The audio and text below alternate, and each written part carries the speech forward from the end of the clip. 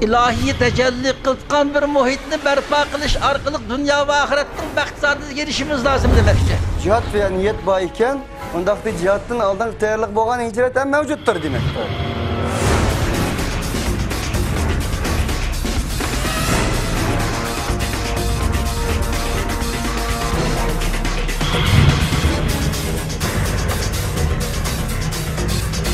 Bu cinayi kılmışlık karşı turşun ibaret, hakkani görüşün odunu yakacak aldı.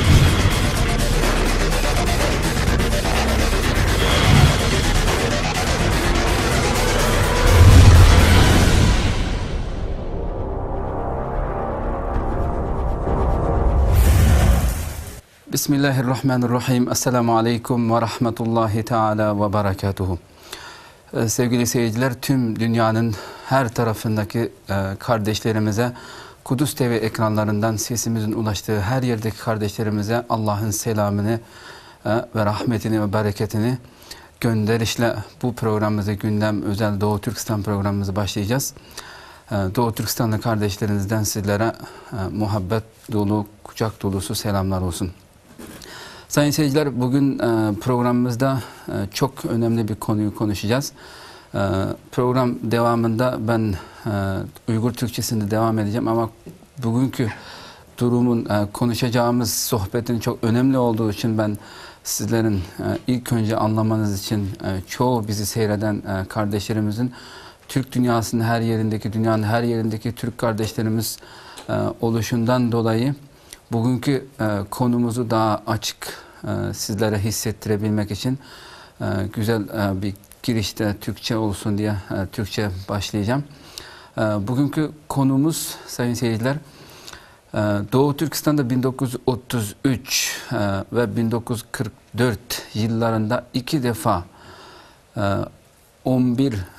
12 Kasım ayında 1933 12 Kasım ve 1944 12 Kasım bu günlerde çok özel Doğu Türkistanlı Türkler, Doğu Türkistanlı kardeşleriniz oralarda çok büyük bir mutluluğu yaşamıştı. Bir mutluluğu yaşamıştık daha doğrusu. Yani o da yani tüm dünyada ilk defa 1933 Doğu Türkistan İslam Cumhuriyeti adı altında bir güzel bir cumhuriyet, hakimiyeti İslam olan Allah'ın Kur'an'ı sünnetiyle, Peygamberimizin sünnetiyle halkı yöneten bir güzel bir hakimiyet, güzel bir cumhuriyet dünya yeryüzünde hiçbir o dönemde bildiğiniz gibi hiçbir şekilde İslam Cumhuriyet adında vardı tabii ki ama İslam Cumhuriyeti adında ilk kurulan bir cumhuriyet idi. 1933 12 Kasım.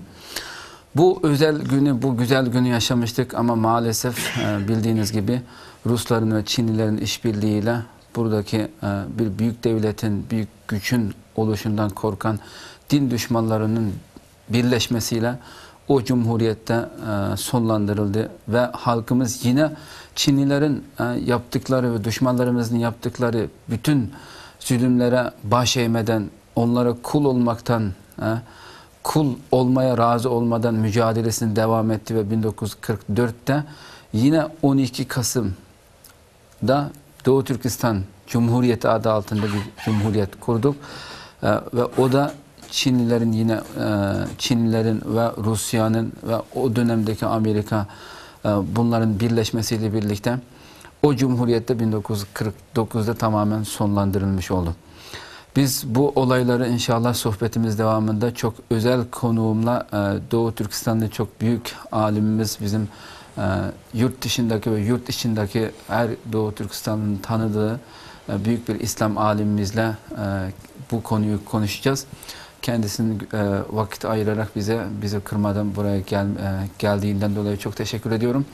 Abdülhakim Han Mahsum Hacim, büyük bir İslam alimimiz. Kendisine çok teşekkür ediyorum. Teşekkürler. Sayın seyirciler, bu konuyu sizler bir girişte kısa bir filmimiz var. Bu cumhuriyetler için hazırlanan bir filmimiz. Bu film 8 dakikalık filmi seyrettikten sonra siz daha benim anlattığımdan daha fazlasını anlarsınız inşallah. Bu filmimizi seyretmekle programımızı devam edeceğiz. Buyurun.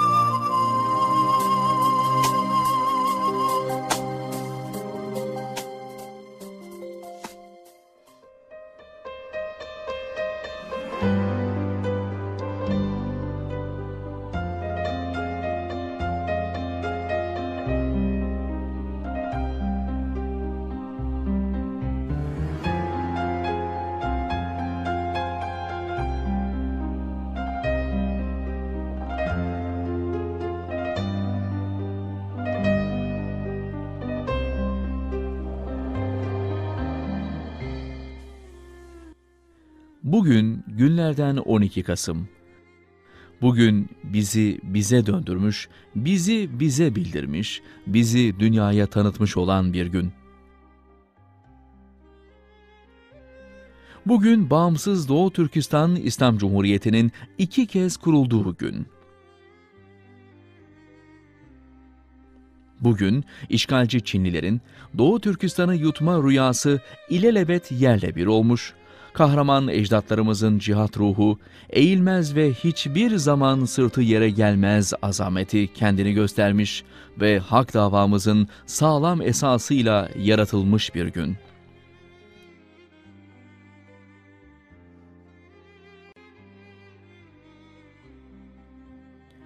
Bugün sadece bizim için değil, belki bütün İslam dünyası için de çok anlamlı zafer kazanılmış bir gün. Evet, İslam dünyasının en ünlü mütefekkirleri, İslam'ın devlet anlayışı ve siyasi görüşlerini daha yeni tanıtmaya ve dünyaya özendirmeye var gücüyle çabalamaya başlamış o dönemlerde, bizim cennet mekan büyük atamız ve ilk Cumhurbaşkanımız Sabit Damollam, 1933 yılında ve büyük üstadımız, ulu önderimiz Alihan Törem Hazretleri önderliğindeki mücahitlerimiz 1944 yılında tam işte bu 12 Kasım'da dünya tarihinde ilk İslam Cumhuriyeti'nin kuruluşunu gerçekleştirmiş, dolayısıyla bütün İslam dünyasında bir ilke imza atmıştır. Demek ki bugün inancımızın ve milli mücadele tarihimizin miracı olarak yaratılmış bir gün. Bugün dünya tarihindeki ilk İslam Cumhuriyeti yani Doğu Türkistan İslam Cumhuriyeti 2 kez kurulmuş olan bir gün. Bugünümüzün iftiharıyla, bugün de dünyaya başımızı dik tutarak onurla bakabileceğimiz bir gün. Ama maalesef şafağın atmasını sadece güneşin doğması olarak bilenler içinse bugün de dünkü gibi sıradan bir gün. Çünkü bugüne olan hayranlık ve iftihar duygularını, hamdı kutlama heyecanlarını, bayramlık giysileriyle birlikte katlayıp dolabında kilitlemiş ve bugüne hiçbir şey olmamış gibi dünkü eski giysileriyle başlamış olan hissiz insanlarsa, sadece güneş körlerinden başka bir şey değildir. Bugünümüzün iftiharı, bugünümüze kıymet veren, bugünümüzle onurlanmayı ve onurlandırmaya bilenlere aittir. Bugünümüzü unutmayan ve unutturmayanlara aittir. Bugün bize göre sanki bir güneş tam da o gök bayrağımızdaki hilal ve yıldızın ta kendisidir. Bugünümüz olmasaydı geceler bitmez, zulmetler yarılmaz, mücadele yolumuz kendimizi aydınlatmazdı. Evet, bugünümüzü tanıtmaya, bugünümüzü anlatmaya, bugünümüzü söylemeye sözüm yetmez, dilim kifayetsiz kalır. Gerçi bugünümüzü yazmak, bugünümüzün türküsünü söylemek bana göre en kutlu, en ulu görev olsa da, lügatlar dünyasında harfler kifayetsiz kalır. Gözümün karasını kalem ve kalbimin bütün kanları boya yapsam da, bugünümüzün gerçek anlamını ifade etmeye yetersiz kalır. Çünkü bugünün kendisi bir sonsuz mana, milyonlarca şehit atalarımızın kanlarıyla mükemmelleşen bir tantana. Bize eyvahlar olsun ki tarihimizdeki bu kutlu bugünü, bu büyük ilahi rahmeti çok çabuk kaybettik. Her iki bağımsız cumhuriyetimizin mutluluğunu uzun yaşayamadık. Hatta bütün İslam dünyası içinde büyük zafer sayılacak olan o kutlu bugünümüzün kurucuları olan ulu liderimiz Sabit Damollah ve Alihan Töre Hazretlerinin hiç kadrini bilemedik. Onların bunca yıllardan beri gömülü yatan eserlerini, ilim, hizmet, fikir, hikmet, düşünce, görüşlerini yabancı dillere çevirerek dünyaya tanıtmak bir yana dursun. Hatta kendimiz bile onları iyice tanımaya çalışmadık. Hatıralarımızda o büyük önderlerimizin şahsiyetlerini söndürmeye başladık ve o kutlu bugünümüz de sönmeye başladı. Evet, o kutlu bugünümüz, maalesef kimilerimiz için yastık ve mindere dönüşmüşse, yine kimilerimiz için bakkallarda harcanacak cebindeki nakit bozuk paraya dönüştü. İşte şimdi ya ağlamak ya da gülmek arasında kararsızca o kutlu bugünümüzü anmaktayız. O kutlu bugünümüzü şiddetle özlemekteyiz. O kutlu bugünümüzün hasretini çekmekteyiz. Derin ahu figanla o kutlu bugünümüzü çağırmaktayız. Milli tarihimizin miracı olan o kutlu bugünümüzse şu an bize acımış halde haykırmaktadır.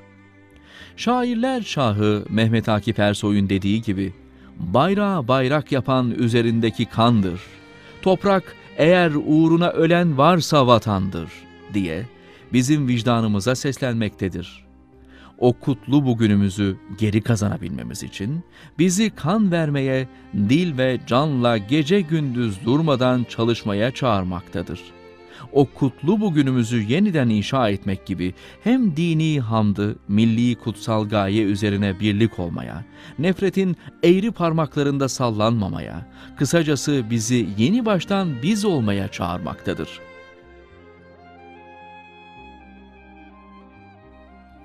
Ey keremli ulu Rabbimiz! Bizi ecdatlarımızın izlerine gerçek varis olanlardan eyle. Bizi 3. defa 12 Kasım'ı ihya etmeye ve o günü ebedi bağımsızlık bayramı olarak evlatlarımıza miras bırakabilecek vefadar nasip evlatlardan eyle. Amin.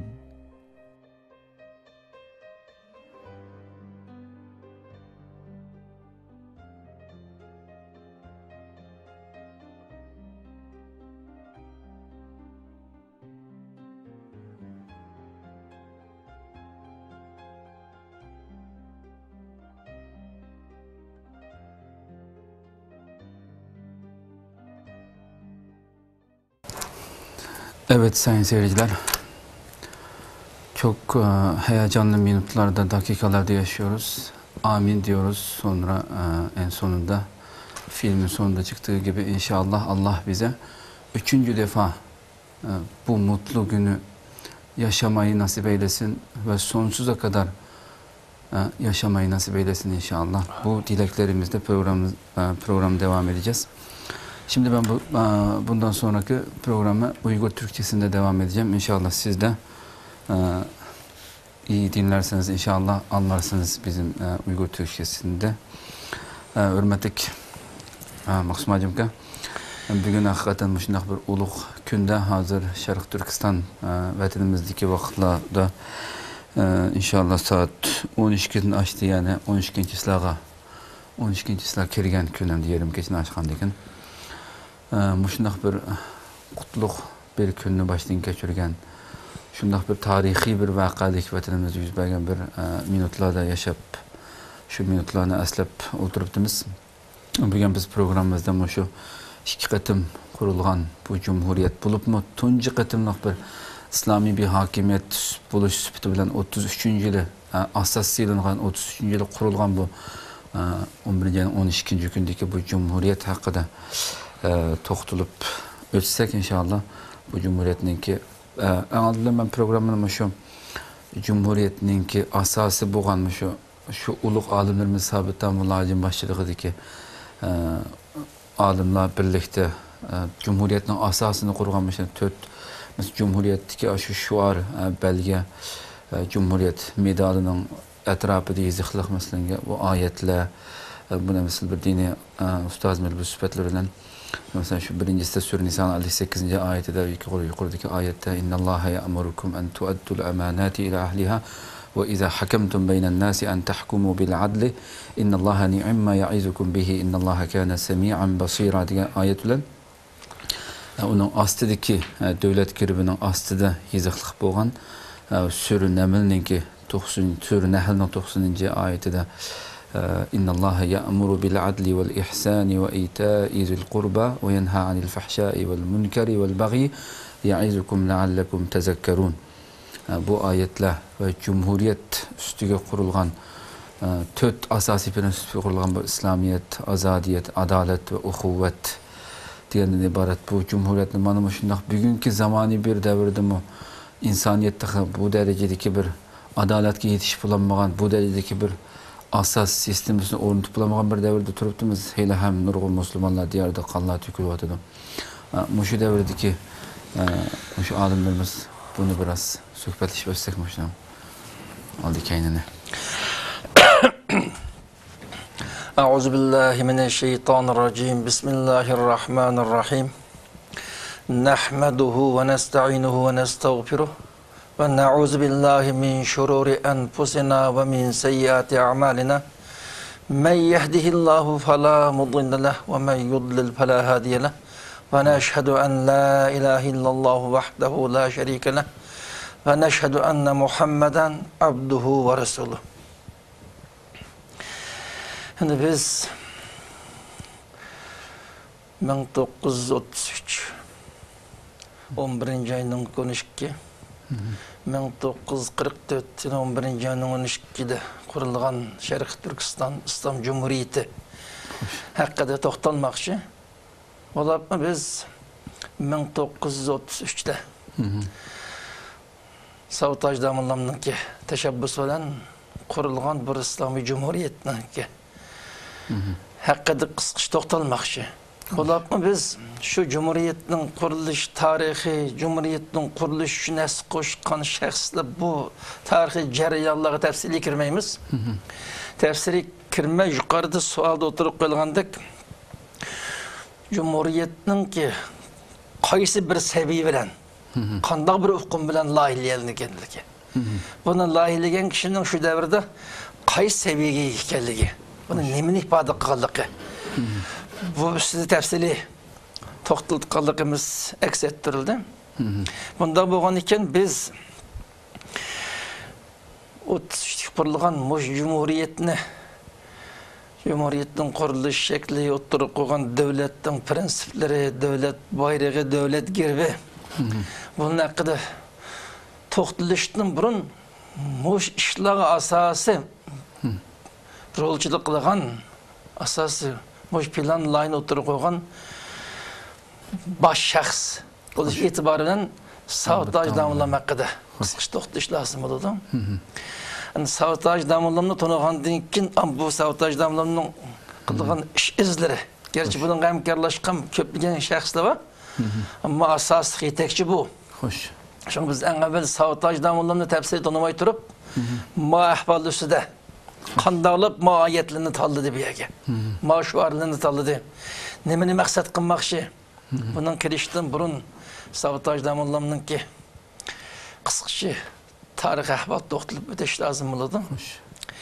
Endi Savutaj Damıllam bizning qo'limizga yetgan materiallarda ko'rsatilishicha endi Savutaj Damıllamning o'zining yozgan asarlari va Savutaj Damıllam boshqa olimlar qilib boshqalar tarafdan yozgan asarlar hammalarning xarva 60 yıllarda medeniyet zor inqilabı degan eksiyetçi hareketinin qurbanılab bizning min yıllarning mabeyinde ecdadımızın davamlı biz yetip kelip atkan milli, ilmi baylıkların hemmesi nabıt kıvıtıqlıq.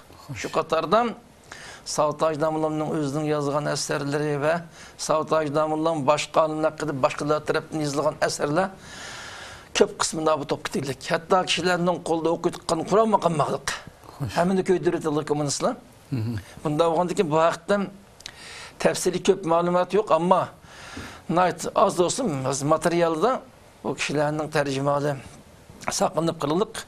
Moşunun asasını tutup Savutaj Damıllam'ın kısqış tercümanı yazdığı eserlerde körüsleşeceğim. Savutaj Damıllam'ın ki 1883 yılı Kaşgar'ın ki atış bölgesi Azah kenti de dünya geldi ki. Kayıt kılındı. Demek ki Savutaj Damıllam 1883. Atıştan Azah'ta doğulup dünya gelgen. Bu dastlabki ta'lim tarbiyani şu özünün mahallesida, öz yurtda. Tamamlagan. Dastlabki ta'lim tarbiyani öz yurtida olgandan keyin shu vaqtda bizning vatanda asas birinci numaralık ilmi merkez anlamasıkan Hallık Medresi, Kaşgar'daki Hallık Medresi degen medresede, endi şu vaqtda ataqlıq ulamadan bir qancha alimlardan Bahavuddin Maqsum, Molla İslam Damullam degen bir ataqlıq alimlar, şu kadar da Abdülkadir Damullamlar şu medresede ders ötügülük. Savataj Damullam özünün jutdiki ilimni tahsil qilib bo'lgandan keyin bu yerdan Qashqarga kelib, Qashqardagi Xalq madrasasida 1910-yillarga qadar taqriban 26-27 yoshga kirganga qadar shu yerda o'qib Xalq madrasasida yuqori saviyada ilmni tamomladik. Ilmini tamomlagandan keyin shu Xalq madrasasi ustozi Abduqodir Damullam boshqa ustozlarniki teşebbüs bilen texi mükemmel alim bulsun degen teşebbüs bilen Buxara kelip Buxarada okuydu. 1910-yılı Buxara kelip 1914 kadar 4 yıl Buxarada ilim tahsil qilib 1914-yılı Damulli degen unvan bilen. Damulli degen şu vaqtdan şaraitda hazırki doktor. Xo'sh. Degen unvan bilen beraber oluş mümkün ama ilmi seviye cihatta hazırki doktorun yukarı seviyedemdi. Doğru. Hem penni qo'lida. Hem cihatdan mükemmel alim bolaqliq. Demek ki Savataj Damullam 1914'te Buxarada. Damulli undan ilip ilini bitirip vətən qayıtıp geldik. Vətən qayıtıp Qashqarda şu Xalq madrasasida müderrislik qildik. 1914'ten 1917'lere kadar Qashqarda Abdülkadir Damullam başqa ustozlar bilan müderrislik bilan xizmat qildik. Endi favqulodda yetishgan katta alim ham yosh dehishim. Buxaradan qaytib keldi 30-31 yosh vaqti. Bo'lgandan keyin G'o'lji xalqi Savataj Damullamningki favqulodda katta alim bo'lganligini G'o'ljida bu kadar çoğ aliminin yo'qligi, çoğ alimin ciddi ihtiyacının balığını teşebbüs qilib 1917-yillarda G'o'ljiga teklif qilib qaytarib keldim. Şu Qashqarda tug'an 3 yil jarayonida Savataj Damullam hem ders o'tish, hem Qur'onni tafsir qilish bilan mashg'ullab, şu Qashqarda cho'ng bir masjidda Qur'onni tafsir qilib ketganligi naql qilinadi. Demek 1917'den başlap Savataj Damullam G'o'lji qaytib keldi, G'o'ljida qozi. Qozilik xizmatini o'tagach, yani davet, ders o'tish, mush xizmatlarni yeb bordi. Xo'sh. Endi u vaqtda mahkama shar'iy ijro qilinayotgan paytlar. Xo'sh. Gerçi bir tarafdan Xitoyninki, Manjuning qismanligi hükümranlık aslı boğan bolsa mı? Siyasi hukukla, askeri hukukla kolda bolsa mı? Adliye, şer'i bütün işlem yerli halktan kolda devamlı fikirli o zamanlardan Savataj Damullam 17. yıllardan 30. yıllara kadar 13 yıl, 13 yıl jarayonida G'o'ljida xizmat qildik. Şu Savataj Damullam G'o'ljida xizmat qilayotgan paytda 1930'lardan Muhammed İbn Buğra, Muhammed İbn Hazretim.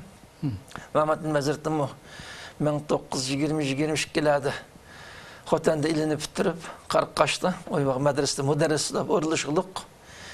Hem bir tarafdan ders o'tish, hem buningdan keyingi Sharq Turkiston xalqining istiqboli haqida boshqa turish, Sharq Turkiston xalqining mustamlikdan qutulish, qanday qutuldi o vaqtda izlanish qatorliq faoliyatni olib berib Hazretim en baldır uyg'ongan, yuqori saytishgan olimlarning birisi.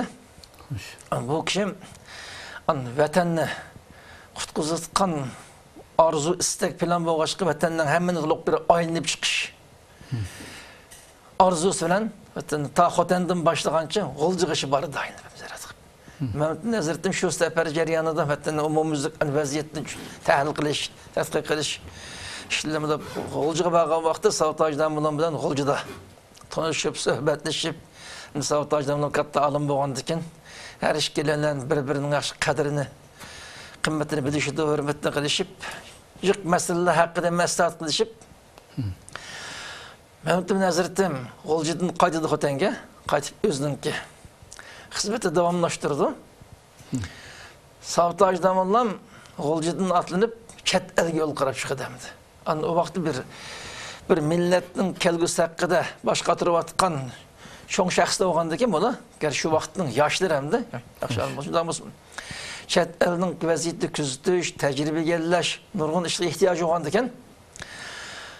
Ana shu maslahat bo'yicha Savtaj damallam Rossiya orqali safarga chiqib Turkiyaga kelib, Turkiyadagi cho'ng olimlar shu vaqtdagi cho'ng ziyoli davlat arboblar boshqalar bilan tanishib, fikr almashtirib, Turkiyaning vaziyat ahvolini baraqur tadqiq qilib tushungandan keyin Misrga o'tib, Misrda men mezgil turib, Misrdagi atoqli olimlar Reşid Rizala, bir necha olimlar suhbat uloqliq. Shu yerdagi cho'ng jamiyatlar, cho'ng jamoatlarga nutq so'zlaydik. Savtaj damallam shu qatorda bir necha olimlarning fikrini ilg'liq Misrda turish jarayonida texmo yuqori saviyaga yo'lab hamda Qashqa, Buxoroda olgan bilim bilan Misrdagi ulamoni hayron qoldirdik. Misrdagi cho'ng olim ziyoli Savtaj damallamning bunda ravon fasahalik arabda so'zga hayron qildik. Misr olimasi Ajamning işte bunda fasahalik arab so'z qaydan ekan deb bizning hayron qolganligini yozib qoldirdim. Xo'sh. Ana Savtaj damallam Misrda turish jarayonidan dunyodagi nurg'un ahvolidan xabardor oldi. Misr shu vaqtda shimolda bir ilmiy markaz. Bu da sifat bilan jiq bilimlik odamning to'plangan o'rni o'g'ashgan. Ana Savtaj damallam Misrda bir mezgil tug'andan keyin yerdan Saudiya Arabistonga kelib, Saudiya Arabistonda 14-15 ay yerda qilib, 2 qatim haj qilib, Makka, Madina, Taif qatorliq rayonlarda ziyoratlarda bo'lib, shu Makka, Madina markaz qanarda Saudiya Arabistondagi atoqli olimlar muhim tadqiqotchilar bilan tanishib fikr almashtirdi. Nayt yuqori seviyede ma'lumot yig'ildi. Buning bilan bir 2 qatim haj qilish jarayonida dunyoning har qaysi joylaridan kelgan olim ulamolar bilan hem suhbat fikrdoshlar vaqt texnik keng ma'lumot yig'ildi. Xo'sh. Ana Savtaj damallam Türkiye, Mısır, Saudiya Arabistan'dan ibaret en merkezi rayonlardı bu. Xo'sh. Bu yerda turib dunyo vaziyatidan tamamen xabardor bo'lgandan keyin mesela Savtaj damallamninki Al-Qasida Saniye fil aqidat sunni degan aqida haqida yozilgan she'r shaklidagi qasidasi bor. O'zini ikki misraliq. Bu qasidasini Taif bilan Makkaning oraliqida yo'lda ketib o'tib yozganligi. To'g'ri. Naql qildim. Demak, yo'lda ketib o'tib arabcha she'r shaklida asar yozgan saviyadagi olimamdi. To'g'ri. Bu shaklda.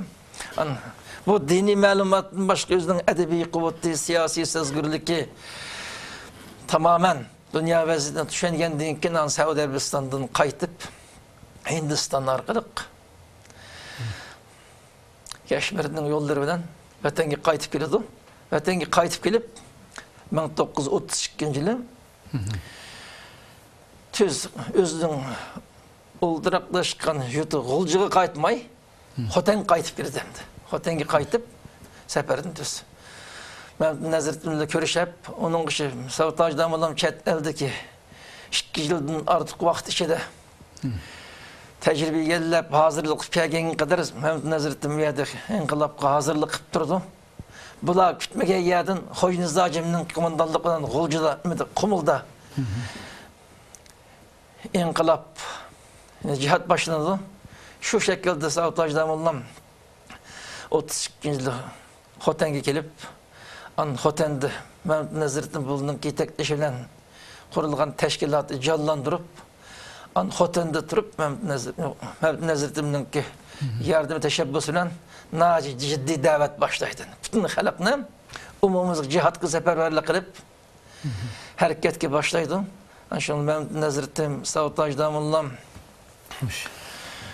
başka ulemanın ki teşebbüsüyle İnqilab Xoten'de başlanıp şu cihat bilen ta Çerçen'den başlayıp yetken kış boğan arlığın tamamen Xotende kurulgan bu teşkilat yetekçilik qilish bilan Xo'sh. İslamiy mücahitning qo'l ko'tarib, İslamiyet tamamen icra qilib, yakan kelgandan keyin an shu Xotende qurilgan islomiy hukumatning mas'ullarining qarori tashabbusiga binoan Savtajdamulla Qashqarga yo'lga silindi. Qashqarda harakatning doirasini kengaytirish, u yerda qurilayotgan davlatga hozirlik qilish qatorliq vazifalar bilan Savtajdamulla yakan Qashqarga kelib, Qashqarda islomiy jumhuriyatni qurishga hozirlik qildi. Ana Savtajdamulla Qashqarga kelgan paytda bu harakat shu 31 yillarda boshlangancha dastlab Qumildi başında Xo'jinizdan yetakchiligida Qumildan boshlangan harakat Turpanga kengayib mush bo'yicha alg'irlab, qo'l bilan ilgirlab mangadi. Onun ishida bu harakatdan ilhom olgan Timirsijanlar, Timirilalar Kuşadan atlanib yo'lga chiqib, kuchani ilib, oqsirilib bu Qashqarga keldi. Qashqarga shu Timirsijanlar Qashqarga kelib, Qashqarda turib atgan paytda Savtajdamulla yakandin Qashqarga keldi. Qashqarga kelgandik ba'zi bir ko'ngilsizlik yuz bergan bo'lsa-mu Savtajdamulla tirishib, ana bu vaqt mandaq qilib aytgandim, shu vaqtda vatanninki mustamlikdan qutulish uchun qurolli harakat qilib atgan kuch, cho'ng 3 kuch,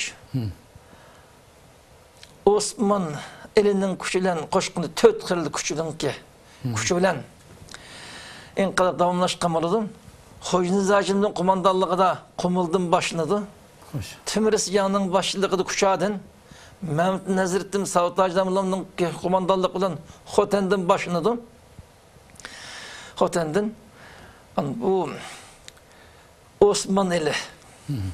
Bunun qo'mondonligi bilan Qirg'izdan tarkib topgan qo'shildi. Atishni markaz bo'lib qo'shildi keyin mush qushlarningki birlashish bilan asasen vatanninki shimoldagi G'o'lji, Urumchi, Oltin hesab qilmaganda Anqarg'on rayoni tamamen musulmonlarninki yerlik xalqninki qo'lga o'tgan bo'ldi. Endi bu 3 yil qo'shin Xotenda boshlangan harakat Mehmet Naziriddin Savtajdamullaning qo'lida. Kuchadan boshlangan harakat Timirsijanning qo'lida. Endi Xo'jinizning tashabbusi bilan Qumilda boshlangan harakat tamamen birlikte maslahat qilinib, birlik plan qilinib, mandaq boshlangan harakat bo'lmasdan har qaysi rayondagi bir-biridan ilhom olib, o'zida imkoniyatdan payinib yo'lga chiqqan 3 qo'shma bu yo'llar hamda. Xo'sh. Mandaqchi aytganda o'zining bir-biridan hech aloqasi yo'q, tanishmaydigan 3 qo'shin. Xo'sh. Bir Savtajdamullaning talantini şunu işte en mühim noktam bir neçe nesilden buna şunu ilişki buldum. Birim Xo'jinizning başçılığındaki qo'shin, Timirsijanning başçılığındaki Mehmet Nazim 3 qo'shin. Hemiz öz aldığı yo'lga chiqdik. Hemiz Qashqarda uchrashuvliq. Qo'shinlar. Mush tamamen öz aldığı müstakil hareket qilib o'tirishgan mush qo'shinlar bir-biri bilan qarama-qarshi urush deb sanmay bir islomiy jumhuriyat qurildi. Mana bu Savtajdamullaning favqulodda cho'ng maharati, talanti bu. Biz Afg'oniston boshqa davlatning ko'rdik, boshqa ravatimiz. Davlat mustaqil bo'lgandan keyin shu davlatni mustaqil qilishni harakat qilgan qo'shinlar davlat qurib kelganda bir-biri bilan chiqishamay nurg'un majra olarlik. Ama şu paytda Savtajdamulla nayat yuqori maharatga ko'rsatib, hech qanday to'g'inish paydo qilmay Sharq Turkiston Islom Jumhuriyatini qurdik. Yana bir reallik şu tarixiy jarayonni bizning tushunishimizcha faqat Xotenni markaz qilgan holdagi Savtajdamulla Mehmet Naziriddinning boshchiligidagi mush qo'shindan boshqa Anqarg'on qo'shinining Xitoyga qarshi harakat ipirish, inqilob qilish, vatanni Xitoydan ozod qilish arzusi, g'oyasi bo'lgan bo'lsa-mu, mandaq bir islomiy davlat qurish g'oyaning turg'izilganligi texnik emas şu. Doğru. Hem onu kurgudak, onda seviyenin yetişkenliki texi ma'lum emas. Doğru. Aşının ilmi seviyesinden. Hoş. Şundan durup hem de bu işine en çok töhfe koşkan şahs Hoynizacım. Hoynizacım. Özde askeri cihetin tecrübesi var. İşte mergen. Dini cihetin malum bir sabatlı kişim. Özü cesaretlik, kabiliyet yaxşı adam ama yukarı seviyede bilimli iş prosesi iyi olan kişi emas da. Hoş. Şundan bolsun asas töhbeni boydan koşkan boğaşkan Cumhuriyet kuruluş tökümü ya. Vətəndən Xitayının qolunun azad oluşqa. Xitayının qolunun azad oluşqa. Asas töhbeni boydan koşkan boğaşkan Savutacıdan oğlum devletinin erbaplarını təyin qilishdan şu kadar insaf çıkan ki Hoynizacımның Haberi yok anlatılan. sorunga hazır olmagan turup ilmi seviye cihette bu kadar layakat olmagan turup bu alaycı kahramanlık gösterdi, hes koştu. Biz yakında yol göstersek idare hükümetü de reisli cumhurlukka Hoynizacını tayin kılıklık. Hoş. Özüm başvekil, başvezir Allah'lık, reisli uzara, başvezir Allah'lık, başminister. Hoş. Yani Hoynizacının askeri kumandan boğan Mahmud Sijan'dan İslam Cumhuriyeti'nin askeri başkumandan bektiklik. Tamam. Mandak insaflık edememdi. Muhinde tedbir kullanış arkalık şu kuşlarının oturusu tankponlukla saklap Şərq Türkistan İslam Cumhuriyeti'ni kuruluk. Ahinde ciddi tumayı kapkasam muş işini beceriş imkaniyetinin bulmaydıganlıqını Savutacıdan naydı yaxşı biliklik. Hoş. Ama Hoynizacının başçılığındaki başkalar bunda bir seviyede bulmagandaki bunda aldırıp geçişinin ki mahiyeti kıymetini toluk oylap itipilanmalık. Bunda şey etkanda Cumhuriyetinin tız kurulganlığa özünün Cumhur Reis kıptayin kılınganlığı anç hoşup ketmeklik. Doğru. Çünkü şu seviyede itti. Şu seviyede. Yani Savutacıdan olan hizmet taksimatı ve başkanı talaştı. Bu kadar hikmet bilen iş kılıp bu devletin lahilep oturuş kılıp idari tertip cihatta. O idari cihattaki tertip layısı mı? Fevkulladı yukarı seviye, fevkulladı insaf talep kıldıkan iş. Doğru. Bu kadar kemterlik eden bunu lahilep çıkılık. Yani bu Savutacıdan olanın bir talantı.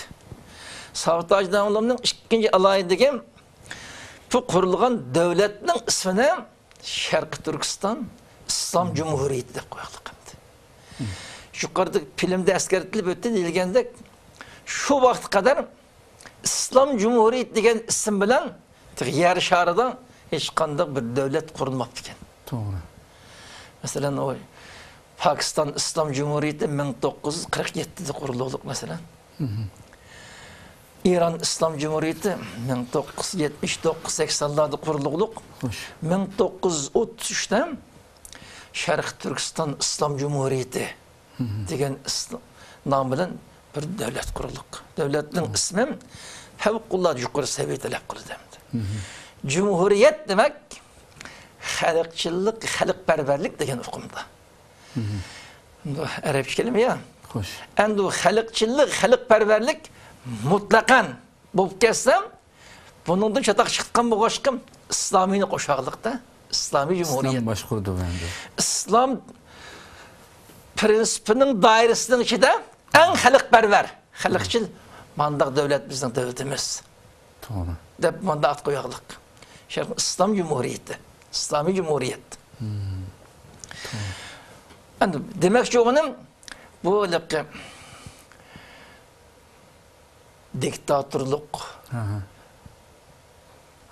ecdat miras kılıkan padişahlık, muşkildeki sistemin halkı hiç kanda hayırlık ipken meydahalık bilip yetken bu kaçka. Tamamen halkı bəxt ipken aleydiğen mandak bir sistemi turguzuş, neçə yıldan bir zulüm aslı yaşap bir adaletke, halkperverlikke, hakiki bəxtke intilab atkan bu halkın şu teşnalıkını kandırışan tamamen halkçıl İslamның ruhunu yaşaydıgan mandaq bir vaziyeti şekillendirişni maksat qilib Sharq Turkiston Islom Cumhuriyeti degan ism bilan ataqliq bu davlatni. Endi davlatning bu ismini qo'llanganligi Savtaj Damlamning favqulodda bir yuqori mahorati. Sabit amılacımdan güzel bir anlattık inşallah. Devletninki, Cumhuriyetninki şu vakitteki kuruşqa elip bargan, Cumhuriyetning kurulgan asas fikrininki yuqorida tilga ilingan bizga ifodalab berayotgan oyatlarni to'xtalishdan burun bir istirohat vaqtimiz bor. Buningda biz inshaalloh bir yana shu Cumhuriyetimizga aloqaliq bo'lgan bu ikki qatimliq Cumhuriyet haqida bir filmimiz var. Şunu izlep, şunu ko'rgandan keyin inshaalloh qolgan yerimizni boshlab davom qilamiz. Qanday rahmat.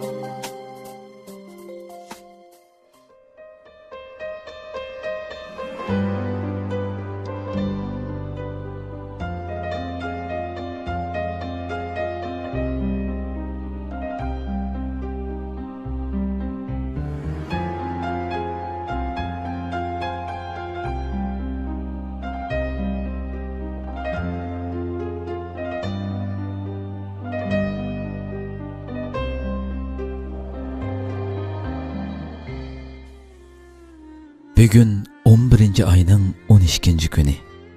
Bugün bizni bizge qaytırgan, bizni bizge bildirgen, bizni dunyaga tunutgan bir gün. Bugün Sharq Turkiston Islom Cumhuriyeti 2 qitim qurilgan bir gün. Bugün Xitaylarning Sharq Turkistonni yutib olish ham xiyoli, manguga bitkit bo'lgan jangivar ajdodlarimizning jihad ruhi, tiz pükmas irodasi o'zini namoyon qilgan, haqqoniy da'voyimizning mustahkam asosi yaratilgan bir kun.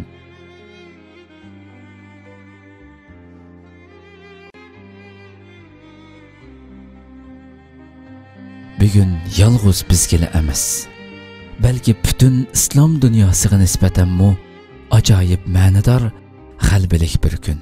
Chunki xilofat yiqilgandan keyin dunyoning atoqliq islom mutafakkurlari islomning davlat qarashini va siyosiy nazariyasini tunutishni yangidan boshlagan ashu mezgillarda Sabit Damollam rahimahulloh boshchiligidagi ulug' rahbarlarimiz 1933-yili, rahmatlik Ali Xon To'ram boshchiligidagi mujohidlarimiz 1944-yili dal mushu 11 ayning 12 kuni dünya tarixida tunji qitim islom cumhuriyetini amaliy qurib chiqqan bir kun.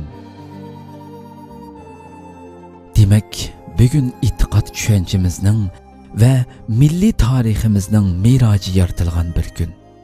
Bugun dünya tarixidagi tunji islom cumhuriyeti, ya'ni Sharq Turkiston islom cumhuriyeti 2 qitim qurilgan bir kun. Biz mushu bugunimizning iftixori bilan hozirmu beshimizni tik tutib dunyoga mag'rur qariyalaydigan bir kun. Ammo kunning chiqishini tong atqanlik deb biladigan kishilarimizga nisbatan bugunmi xuddi tunugungidekla oddiygina bir kun.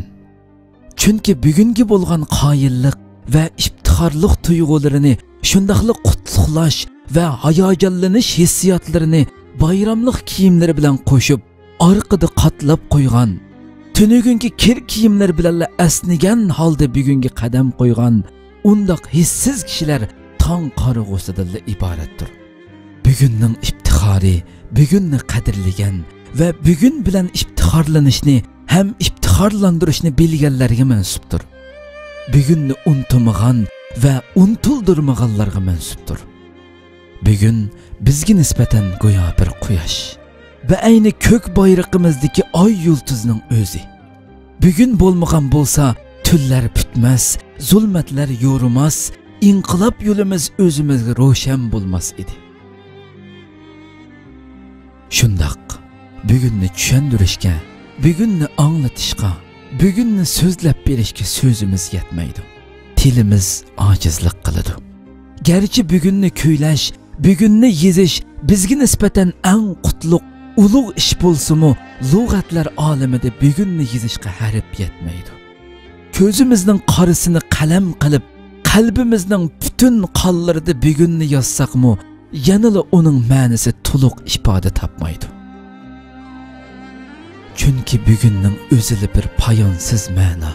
Milyonlagan shahid otalarimizning qalb qonlarida putgan tantana. Afsus, tariximizdagi bu ulug' bugunimizni, bu ajoyib ilohiy rahmatni tezli qo'ldan ketkizib qo'ydik. Her ikki qitimqi mustaqillik bayramimizni uzungacha tantana qilolmadik. Hatta bütün İslam dünyası üçünmü en büyük g'alaba bo'lgan ashu bugunni barpo qilguvchi Sabit Damollam rahimahullah ve rahmetlik Elixon To'ram qatorliq rahbarlarimizni tüzükkini qadrlaganmidik. Ularning shuncha yillardan beri ko'milib yotgan asarlarini, ilm, hikmat, nazariya durdonalarini, din ve dünya qarashlarini boshqa tillarga tarjima qilib, dunyoga tunutish uyoqda tursin. Hatta özümüzmü joyida tunib yetelmedik. Es xotirlarimizda ashu buyuk qurg'uvchilar muxiralashdi ve ashu ulug' bugunimiz muxiralashdi. Bugunimiz kimlargadir yo'lanchuk, takkiga aylanib qolgan bo'lsa, yana kimlarningdir xoligan do'konda xarajat qiladigan yonchuqidagi naq parcha puliga aylandi. Mana amdilikda ya yig'lashni, ya kulishni bilmay ashu bugunni xotirlamoqdamiz. Ashu bugunni sig'inmoqdamiz. Ashu bugunga talpinmoqdamiz. Chunqur hasrat bilan ashu bugunni chaqirmoqdamiz. Ammo milliy tariximizning miroji bo'lgan ulug' bugunimiz bo'lsa, bizga ichinib nola qilmoqda. Xuddi Turkiya shoiri aytgandek, bayroqni bayroq qilgan ustidagi qondur, tuproq agar jon berguchi bo'lsa vatandur deginicha vicdanımızga xitob qilmoqda.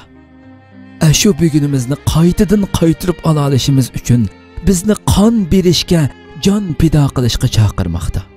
Bugunimizni qaytadan qurib chiqishdan iborat hem dini, hem milli birdan bir mas'uliyatimiz ustida birlikka kelishga, nafratning qing'ir barmoqlarida ilonguch uchmaslikqa, jumladan bizni yangi boshdan biz bo'lishga chaqirmoqda.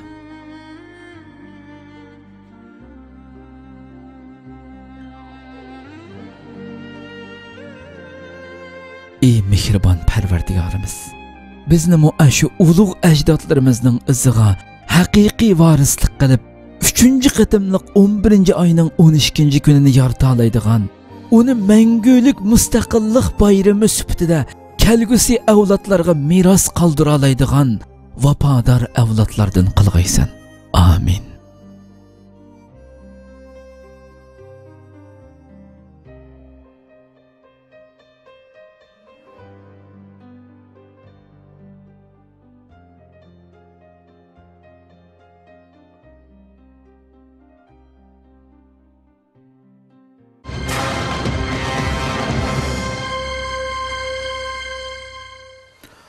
Assalamu alaykum qadrli qarindoshlar. Yana qaytadan qolgan yerimizdan boshlab davom qilamiz. Hurmatli Maqsumka, hamda shu Cumhuriyet qurilgan asas, yani Cumhuriyetimizning qurilishidagi 4 asas qilib bekitilgan ve ustidagi oyatlar haqida biroz to'xtalib o'tgan bo'lsak. Biz yuqorida deb o'tgandek, masalan, Savtoj Damollam devletninki baş mas'ullarını tayin qilish kelganda favqulodda kamtar, adil, insofliq bo'lish sifati bilan o idari sistemli şekilde turguzup çıkardık. Şununla birge devletin ki layihleri, devlet bayrağı, devlet girbi, devletin asası prensipleri ve o devletin neminin üstüge kurulganlığı. Bunun için her bir cihetine ait inçkide katkıgan. Biz mesela Sabotaj Damılam'ın hazır bir devletin ki kurulgan asaslık şu arının katarında iki ayetine tallap edip Kur'an-ı Kerim'in ayetini iki ayetinin bu İslam Cumhuriyeti'nin asası şu arı tallaklık. Biri yukarı dilgendek Nisa Suresi'nin 58. ayet. 58. ayette anlatıldı. Estağfirullah. İnna Allah ye'murukum en tu'addul emanat ila ehliha. Ve iza hakemtum beynen nas en tahkumu bil adl. İnna Allah ni'imma ya'izukum bih. İnna Allah kana semi'an basira. Töt cümleden terkip tapıdı bu ayet. Sır Nisa'nın 58. ayet töt cümleden terkip tapıdı. Bu ayet ne? Bu İslami devletinin asas şu arkatarı diye gelirler. Bu ayette oturup koyulgan mezmun kurulgan devletinin mahiyetine tamamen en uygun bir şekilde eksettirdi. Ayetin mezmununda mesela muhakkak ki Allah seni amanetlerini öz ehlige tavşırış kıbrıydı. Degen hukumunu verdi birinci cümlede. Ayetin birinci cümlesi Allah seni amanetlerini öz ehlige tavşırış kıbrıydı. Ve şunun dek size kişilerin oturuşta, insanların oturuşta hüküm kılmak olsanlar adillik bilen hüküm kılış kıbrıydı. Bu iki türlük talimatını dep bulap Allah ayetinin 3. cümlesi Allah dedi ki İnna Allah ni'imma ya'izukum bih. Muhakkak ki Allah nem degen yaxşı nasihat kılgana. İnsanlar istiga Rabbangni qilgan bu nasihati nem degan yaxshi nasihat bu deydi. Yuqorida qilingan nasihatning ne kadar muhim, ne kadar qimmatli nasihat ekanligini oyatning 3. cümlesida aks ettirdi. 4. cümleye kelganda Allah agalantirdi. İnnalloha kana sami'an basir. Muhakkak ki Allah anlap görüp tuğucu deydi. Amanetlerini özünün ehlige tavşırdınız mı, tavşırmadınız mı? Körep durdu. Kişilerin oturuşta adillikle hüküm kıldınız mı, kılmadınız mı? Onu Allah anlattırdı. Allah anlattırdı. Deydi. Bak siz eğer muş prensip emel kılmayı kalsınız, sizni yaratkan Rabbinizden aldıdan cevapkarlık tatili siz, hesap versiz demekçi.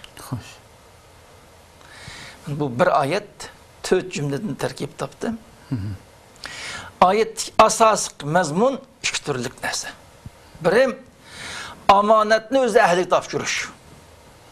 Bir şey de maksum ki yani amanet deyilgen vaxtıda şu amanet kelimesini biraz açsak çünkü halkımız amanet deyilgen vaxtıda köpünç halka ya birisiga pul verip duruş ya bir sözüne amanet koyuş bu halkımızın zihni de bu köpünçe halk arasında umuluşup kalan bir narsa. Bir şey ki amanet ki bu sözüne tekrar biyadilik Allah amanetlerine öz ehlige tavşırışını buyurdu dedimez mi ayet? Hoş.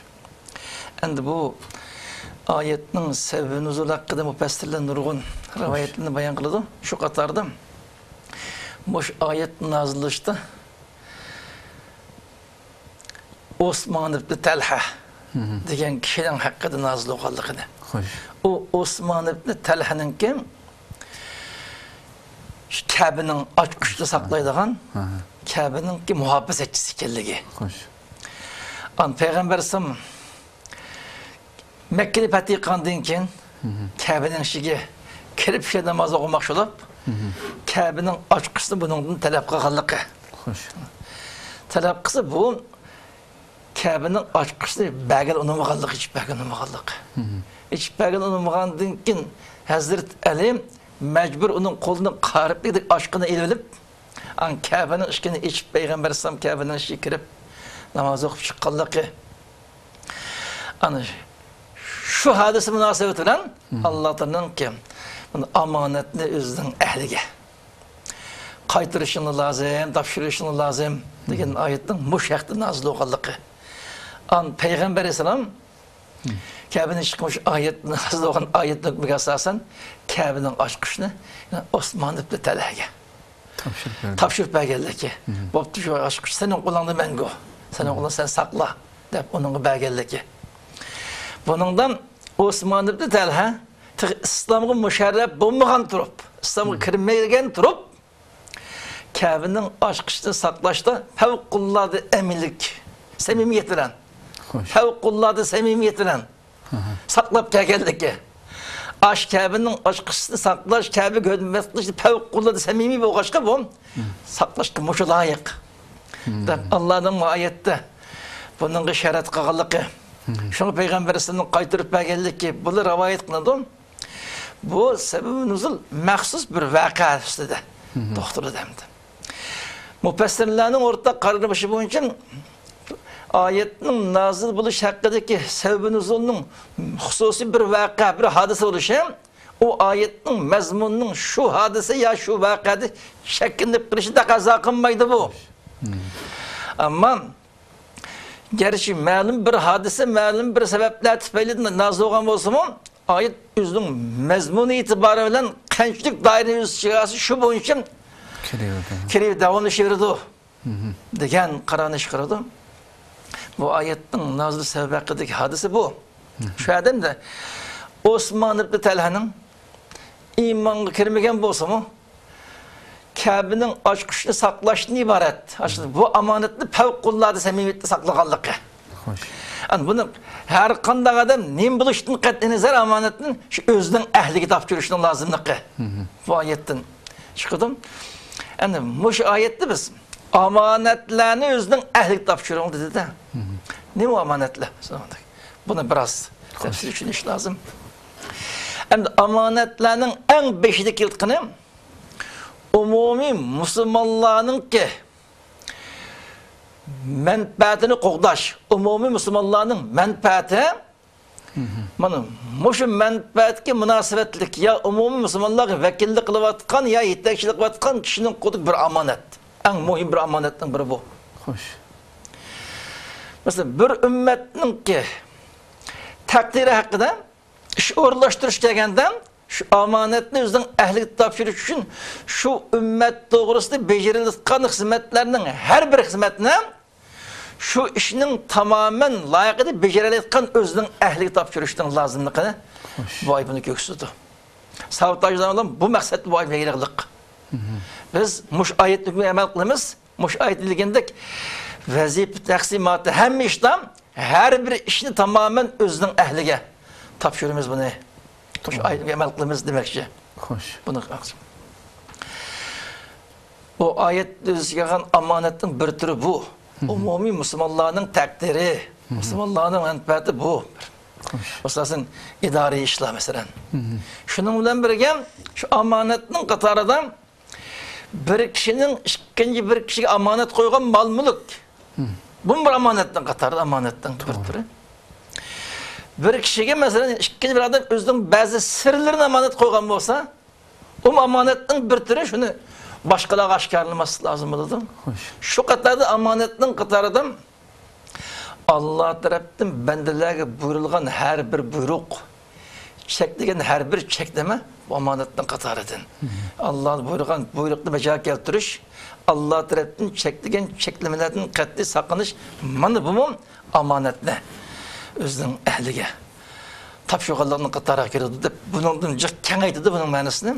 Biz bir adeyle bu amanet kişilerin maddi ve manevi cihetten olsun, kişilerin ki maddi ve manevi menfaati ya istiqbali ya takdiri qilaqdir. Her qandaq iş amanatning qatara kirib qisqaligini buningdan bila olaymiz. Ama nurgun nasl öz içiga algan bolsa bu adam amanatning eng muhim qismi biz hozir duch kelayotgan mesele bu. Sabotajdan bilan buni o'tirib qo'yishdan Yaqub Bekning hokimiyati ag'dirilib ketgandan keyin bir necha yil takriban yerim asrga yaqin vaqt 50 yillik vaqt yerim mustamlik ya mustamlik yashab kelgan xalqimiz. Bu adolatga, mustaqillikka tamamen bir teşnalıp yaşadık. Teşnalıp yaşayotgan xalqning shu teşnaligini qandirish uchun şu qurilgan yangi İslami Cumhuriyetning ki sayısasıdan bütün kişilerin tamamen adaletli berpa qildiganligini, hem ishni o'zining ahliga topshirish orqali hem adam haqiqiy baxtga erishadigan gullangan bir mamlakatni berpa qildiganligini bu şekilde sabotajlanmış ifadelik.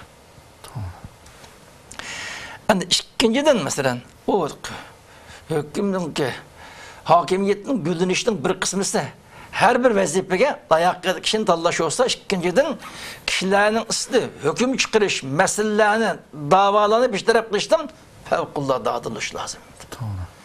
Şimdi o kişilerin adım adalet mülkünün asası diye mesele var. Eğer adalet bolsam hakimiyet davamlaşır. Eğer adaletinin üstüge kurulmagan hakimiyet berber davamlaşamaydı bu diyen hükümünü ifadeledim. Şu adaletin ki en mühim işkelliğini Allah'a aitti. Ve izâ hakemtum beynen nas en tahkumu bil adl. Kişilerin oturuşu kandak bir mesele hüküm çıkarmak olsanlar Allah sizi tamamen adillik bilen hüküm kılış gibi etti. Sizin menfaatinizge tokunuşu mümkün. Sizin dadınızın bir tuqqalarınızın menfaatiga tokunuşu mümkün. Ne buluşun kat'inizar?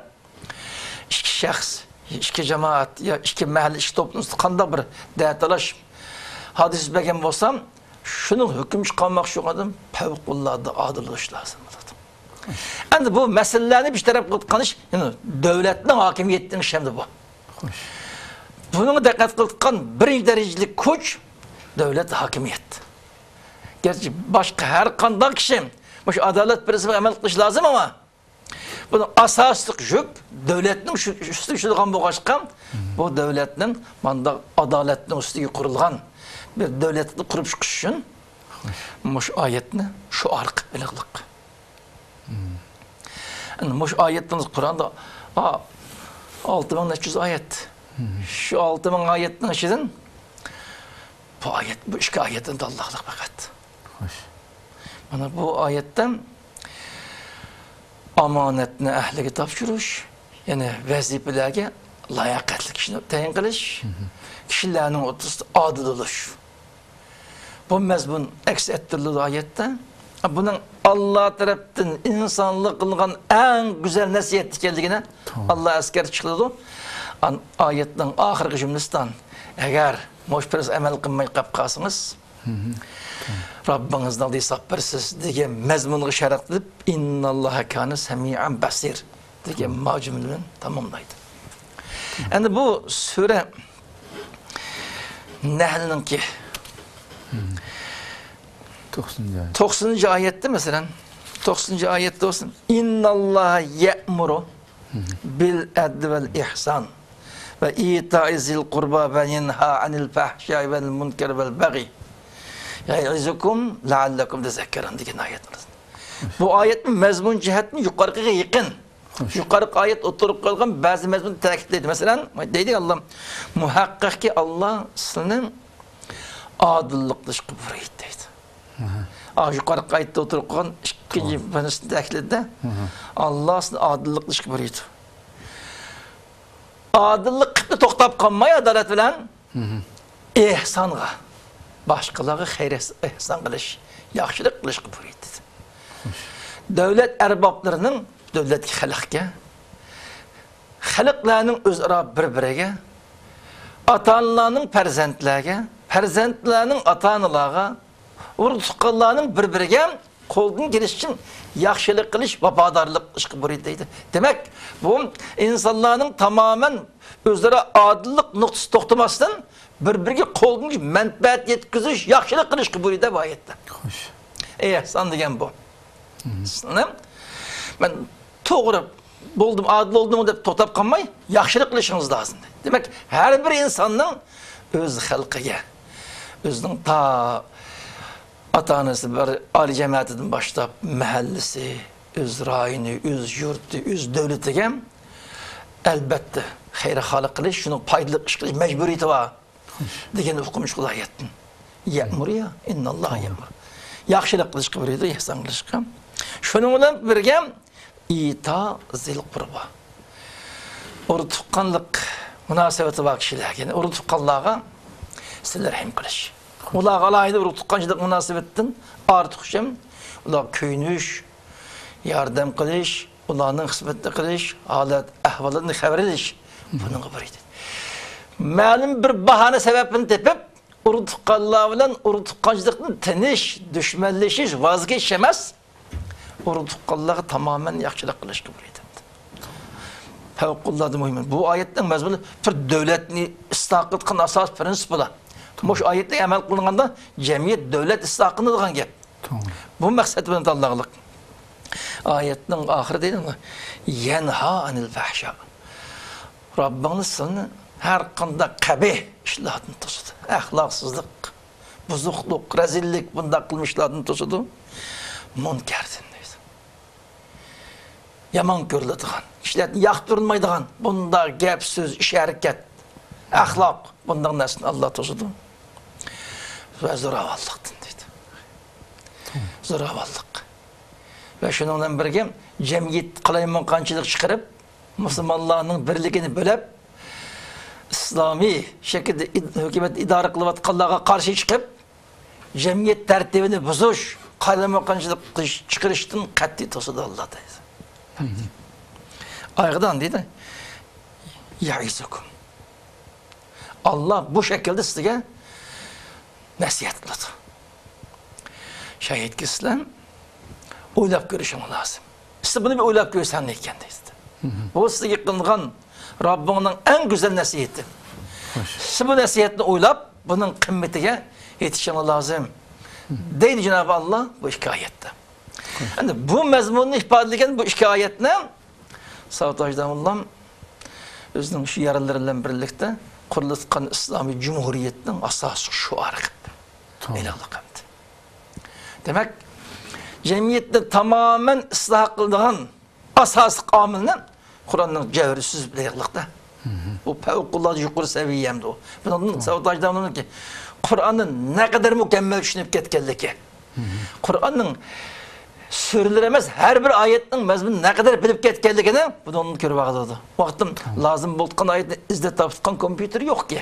To'g'ri. Hakikaten güzel olmadı. Manda bu Savtojdanning ne kadar Qur'onni yaxshi tushungan olimlar bundan chiqib turdi endi. To'g'ri. Yani bu Savtojdanning talani ifodalaydigan bir muhim omil. Yani bu oyatni tanlash bilan birga davlatda 4 asos prinsipni ustiga qurilmoqda. O kurulgan İslam Cumhuriyeti'nin 4 asas prensip var. İslamiyet, azadiyet, adalet, kuvvet. Bu her birisi bir güherdemdi bu. Bu berpa bo'lgan jamiyat hakikaten eng baxtli bir jamiyatda hakikaten bilganman. Mana bu İslamiyet. Bu birinci prensip İslamiyetni aldık. Çünkü bu İslamiyet'in ayrılgan şahs, İslamiyet'in ayrılgan kavm, İslamiyet'in ayrılgan millet devrinin qanday bo'lganligini biz biri Peygamber İslam peygamber olup kelgan şu cahiliyet davridagi Mekke müşriklerinin ahvoliga qarasak, bundan bilalaymiz. Qarab turib o'zining farzandini tirik kömeleydiğen manda bir cemiyette yaşadık insanlar.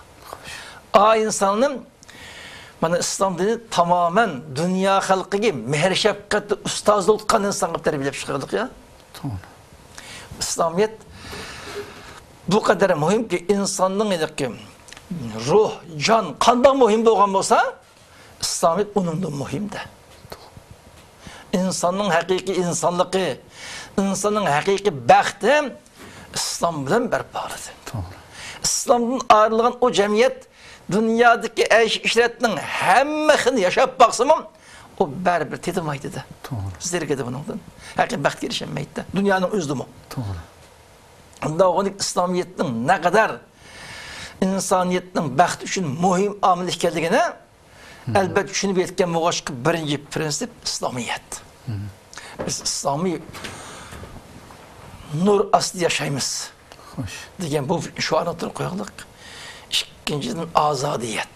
Ama azadiyet azlık fıkhında hürriyet olup kaldı. Hürriyet. Mesela kadimki kitaplarını görsek kulasatlı degen fıkhında şunu. Tahrir-i rakabe. Doğru. Kişilerin hürlük geliştiriş degen ifadetini, ibarını kullanalım. Bu insana nispeten erkinlik acayip mühim.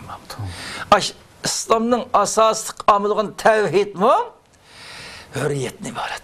İnsanlığını tamamen birbirine kululuştan tamamen azat kılıp insanlar birbirine başka hayvanlığa hatta taş kalıp kılıp kılıklık.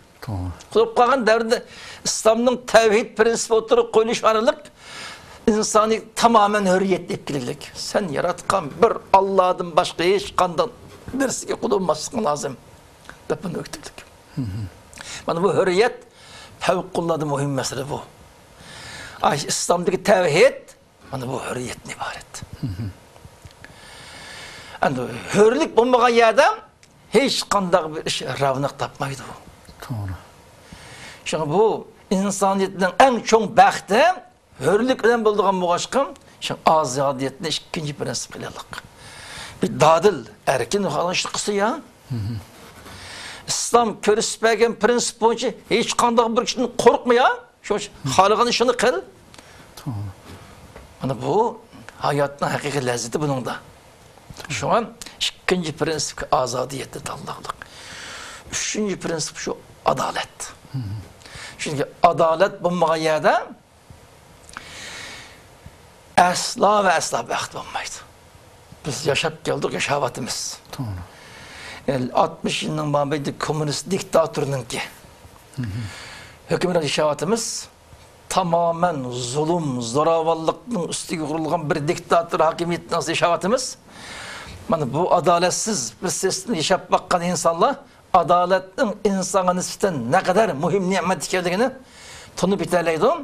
Yani bu adalet mülkünün devamlı düşüşü mü, insaniyetin hakiki baxtga erişişi mi, bulmaydigan en mühim amilin biri. Şu adalet.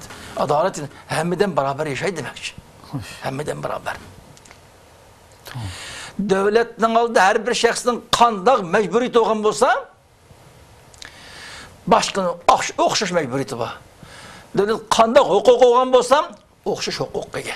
Her bir şahs devletteki hukuk ve mecburiyet aslında beraberdir. Dördüncü prensip ki uhuvvet. Uhuvvet, kırındaşlık bulmayan cemiyetten köngüllük, hayat, baxt bulmaganın üstüge o yaşaştın lezzet bulmaydı şu esnaf. Hayattan hiç kanda kıymet olmaydı da. Şimdi bu uhuvvet fevkalade mühim amil olgaçka biz küravatımız hazır.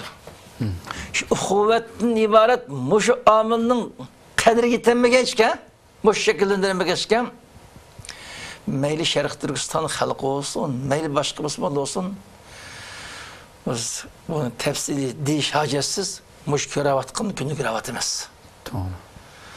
Yani uhuvvet şu kadar katlı nimet ki bu uhuvvet şekillengen vaxtda her kandak düşmanın üstüne galip geldi oldu. Her kandak kıyınçılıkını yenip ötkül oldu. Her kandak baxtını kol keltir oldu. Uhuvvet bulmaydıyken hazırkı dikini kapkalıgan gep. Şu an devletin tüt asas şuarıga bu İslamiyet, azadiyet, adalet, uhuvvetin ibaret bu prensipini fevkullade hikmetlerini tallap çıkırdık. Hem de İslam'ın simvolu olan yeşil rengli Hoş. Bayrakları, rengi kılıçları, İslam'ın simvolu olan ay yıldızını, bununki bayraktın üstüge çürüşü, her birisi fevkulladı ilim, tecrübem, seviye, akıl, paraset, akıl, kınamıllah. Demek ki sabotajının teşebbüs kurulduğu tamamen İslamiyet bilen adaletli yuğurulgan bir İslami Cumhuriyetini lahilep çıkkanda. Hoş. Yani muş İslam aldığın asırda bulavatkan işler. 20. asırın ki başları da. Biz hazır 21. asırın başlı işaretimiz. Takriben bir asır burun. Yani hazır seviyeden boyundak bir cumhuriyetine layılan dese, muş devredeki en yukarı seviyede kişiden gençlik uylap tapar mesela. Tamam. Muş'u kıyas kavatımızdan sabotaj devamının fakat bir dini alim emez, dini alim buluştuğun üstüge en mükemmel yetişken bir dahi. Tamam. Bir dahi hikayeligi bunun da mayımlap durdu. Bu kadar fidakar dahi ki Muşu Müslüman halkının ki menfaati, İslamiyet'in menfaati için özünün cinni tikiştim, halk yemmeklik. Tamam. Halk yemmeklik. Yani bir noktadan ki dikkatini çektim. Kaşka koldan ketip yekeni çekenigen kin yekendik özünün ki karargahı tırvatkan peytte Mehmet Sıcan'ın ki kumandanın hapis dencan kolasındaki böyle kılıp 200 kişilik koşum bilen sabotajlarının tutup ekelişki edemedi. Sabotajlarının buldum hoteli teşkilleyen, terbiyelip teken mücahitli bildi bağ. Muhafazaçılık koşum kurallık kısım bağışta. Anılın kilavat kaldığını onun peylin yamalını isteyip bulan hem stratejik oruluşup ulu karşı uruş çıkan ne hop burada. Sabotajını beğenmeyi biz tutkuda kaya geldik ve tutuşumuz da bizler verimizde. Beğen teyyat oğandık ahvanı görüp sabotajlarından özden muhafazaçileri, eskeri kumandalı kısmet işte ok çıkamanlı ya. Oldu Kur'an'ı tapışıp birinde bunu kayıl kılıp Kur'an'ı tapışıp birinde. Tapışıp birip açtıklı kegenin aldı da bilinmen adamdı. Bir adam Adem Aleyhisselam'ın iki oğlu Habil'den Kabil. Mesela seni öldürmen desen ben sana kol uzatmayayım. Senin ve benim ikimizin günahımızı sen jüdüp ket. Sen beni öldürmen desen mi ben sana kol uzatmayayım. Degen muş prensip önce sabotajdan olun. Sen bizge Kur'an tanıgen bolsan. Öldürüş niyet kılmasan. Biz sana onu kılmayımız. Biz birbirimizi öldürmeyimiz. Özünün kırındaşıga kol sap kalsan, ikisinden kol sapmay birsim, hakikat izlegenin sabır duruşu lazım de bu dersi Adem Aleyhisselam'ın oğlundan ağan bu kaçka, Adem Aleyhisselam'ın aş oğlundan ağan ders boyunca cim durdu. Bu uruşukta ya ki. Özünü qoğdaş üçün uruşsun bu tersi şimdi ama. Mandağı. An uruşkandan ki nime netice gibi çıkıyordu. Netice. Manda mesela bu. Kattı dahi olmasını bildik. İki taraf uruştum mesela. Her iki tarafın ülkeli özanın kırındaşlarını öyle. Tamam. Özanın kırındaşlarını öyle. İki tarafın bir senin birinin galip gelişi mümkün. Uzun söz olgan bir işki macera çıkışı mümkün. Bir adam öz kırındaşımız kartan, kırındaşımız hata kılıp bizge kol sağan takdirde biz kol sanmayımız derken prensip duruluk. Xo'jayin adacımdan buyruq bilan tutuldu mu Mahmud Sıcan? Endi bu ayrı bir mesele. Endi Xo'jayin Zacim'nin ki bunun tefsiri kirmeyimiz. Xo'jayin Zacim'in başkanının aldığı imkansız halatda sabotajdan tutup berişke mecbur olaqlık. Rus'un altkan Kural'ın bedeliga, Rus'un koygan şertinden birisi bu. Demek bunu böyle Rus'un şerti ikinciden Xo'jayin Zacim'nin etrafında hareket ma'lum bir seviye kelgandikin Rus'un uğurlaştırgan ma'lum adamlar bilinmen qılık hamdi. Onda oğandan keyin sabotajdan ularning maqsadımdı. Üzere kan dökmey, men kurban bulup kessem meyle. Madem bazı şartını orunduğun bulup, ma rayın kolumuzu kıpkası iken. Kolumuzu kıpkası yapamaz. Dep muş ümit bilen teslim bulaqlık. Yani bu her bir şahs öz oylap baksı burada. Men moyunda bir hadisi duş gelsin men qanda qılamı. o'zimni qutqizam dema yoki o'zimni pido qilib musulmon xalqini qutqizam dema. Ba'zida shunda o'ylab qolmashadi. Endi bu masala faqat Sabit Ta'mulojimningki o'zini qutqizish masalasi emas, bir ummatningki munqariz bo'lib qolishi masalasida hamda.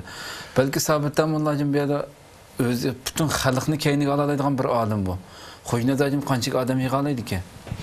Asli men ba'zi o'ylab qolman, shu Sabit Ta'mulojim asli taslim bo'lmay ashu qilgan bo'lsa, bu Xo'jaynazojimning dushmanlarga oldinib ketishiga qarshi bir qo'shin tashkillaydi deb o'ylab qolmanda. Tamamen imkoniyati yo'q hamda.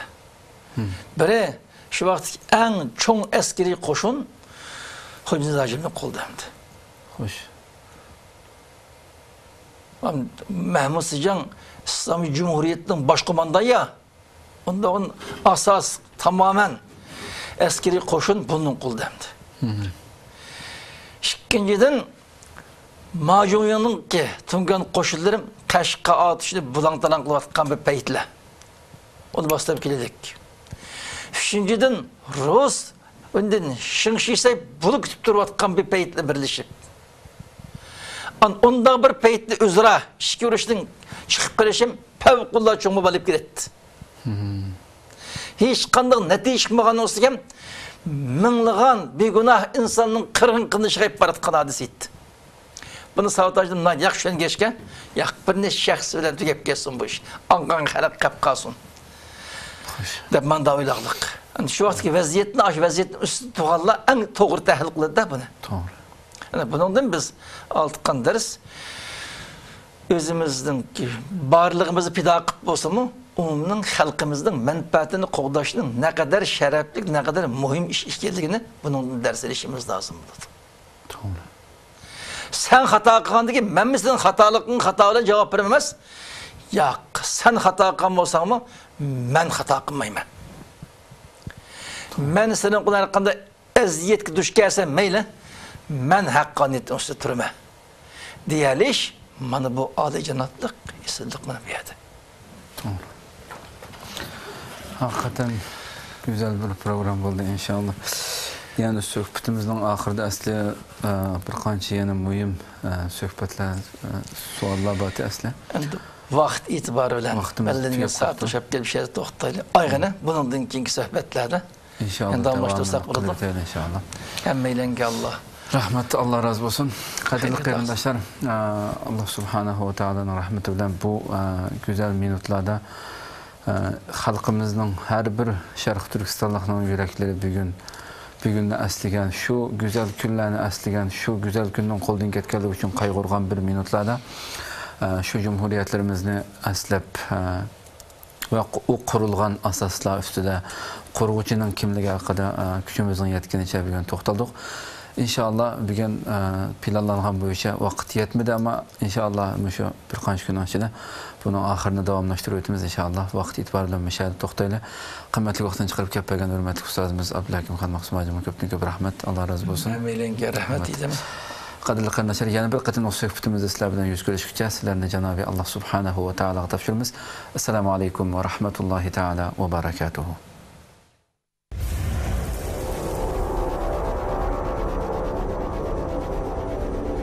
İlahi tecelli kılkan bir muhitni berpa qilish orqali dunyo va oxiratning baxt saodatiga erishimiz lazım demekçi. Cihat veya niyet bağ iken, ondaqda cihatdan aldan tayyorlik bo'lgan hicret ham mavjuddir demek.